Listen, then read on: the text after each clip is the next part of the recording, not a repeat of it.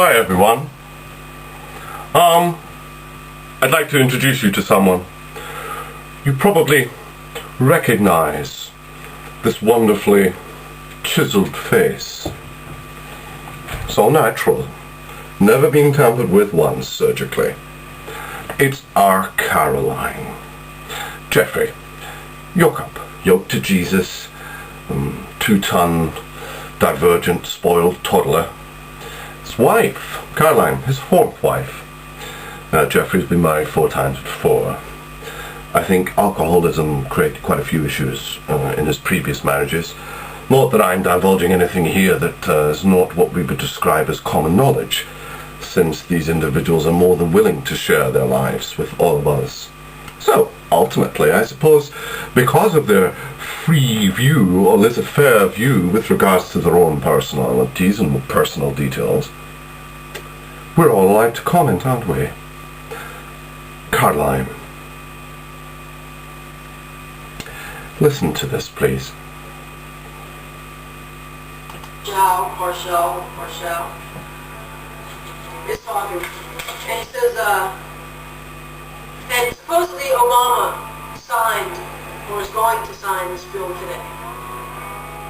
It says, he says, and they could start taking a look at Christian non-profit ministries and telling them if they want to be tax exempt, they can't speak hatefully about other groups, he suggests. That would be defined as not criticizing Islam or not being critical of the homosexual lifestyle. Those are just a few of the ripple out effects, he says. Parcel contends that an examination of the motive behind the hate crimes... Right. We'll stop it there, because you read very badly, Caroline. Your husband's just as bad, and supposedly you both have degrees. I don't quite know what that says about the American college system, but you both read very badly, and I find it very difficult to listen to individuals who read badly. It also makes me wonder slightly that if you read so badly, then how it might ultimately affect your biblical interpretation, not to mention the varying techniques that one might endeavor to adopt when analyzing particular texts, especially contextually, which, as far as I'm aware thus far, is a word that simply you people have no idea exists. However, it is intriguing, Caroline and Jeffrey, that there's one very, very important thing that we have to say and talk about. Caroline, you openly admit to leading a lesbian lifestyle for 14 years, which would include, I imagine, mutually beneficial emotional relationships, oral sex, penetrative sex, I imagine. It's a very long time. You probably drunk more vaginal fluid than I have had hot cups of tea in my lifetime, Caroline. And yet, you expect the world, whether they're gay, whether they're bisexual, whether they're straight, whether they're Christian, whether they're Muslim, whether they're Buddhist, whether they're atheist, whether they're agnostic, whether they're believers in space alien races, to believe your bilge. Do you really think, is your world so secluded, so limited to your very small religious fanatical sect on the internet, that you genuinely believe that the world believes you, that you're no longer a lesbian?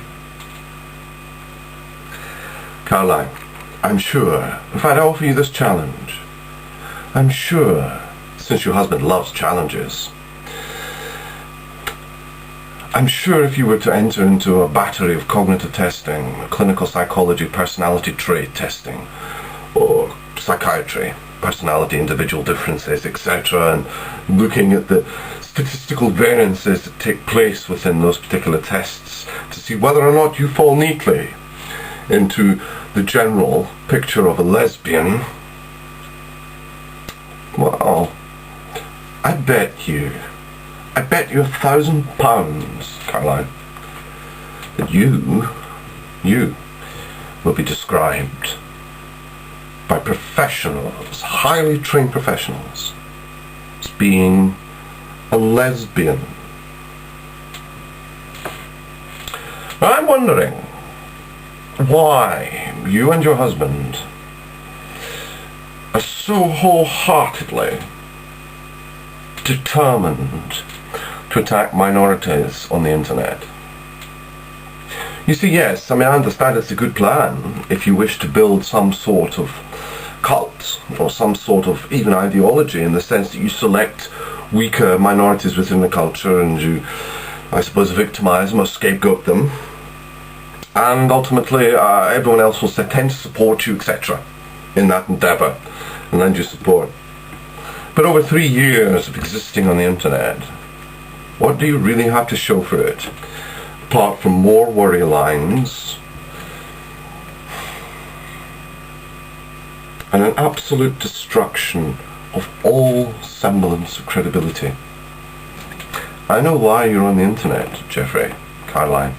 You're on the internet because no one else, even within your Bible-thumping American Bible Belt community, will go near you.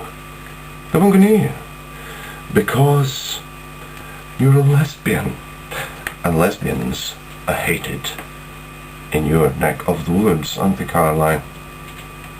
And even the religious aren't willing to buy or accept your lie of no longer being one. It's a joke. You're a joke. Your husband's a joke. It's pathetic. It might actually work if you attempted to do something charitable. Change people's lives. Perhaps veer away from the very problems that you have in your own life, being sexuality. Perhaps if you helped orphans or went on missionary journeys abroad. But no, ironically, you shovel salt all day. And you project your own contained sexuality at the rest of the world and judge everyone else. You're pathetic. And it's about time you really started to believe that you are pathetic. Have a good day. Bye for now.